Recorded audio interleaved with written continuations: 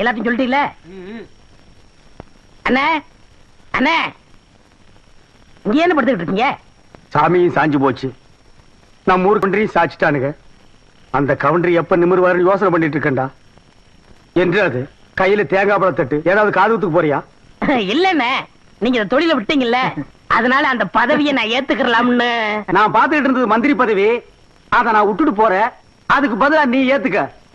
ஏய், எனக்கு சூடு சொரணை இருக்குடா, அதனாலதான் இந்த ஊர் அயோக்கிய துணியை துவைக்க மாட்டேன்னு. உனக்கு தான் சுத்தமா அது இல்லையே. ஆமா, உன்னை நம்பி எவன்டா துணி போட்டா? இவர் தானே. இவரா? ஓ, இவரா? ஆமா, நீங்க முதல்ல பதவி ஏத்த உடனே இவர் அயல் நாட்டு அதிபர் செலவிய இவர்கிட்ட கொடுத்து இவரு சோதனை பண்றாரு. டேய், இவனே ஒரு இத்து போனவன், இவன் போட்டிருந்தது ஒரு இத்து போன பனியன், இவங்கிட்ட சலவைக்கு எடுத்த நீயும் ஒரு இத்து போனவன்.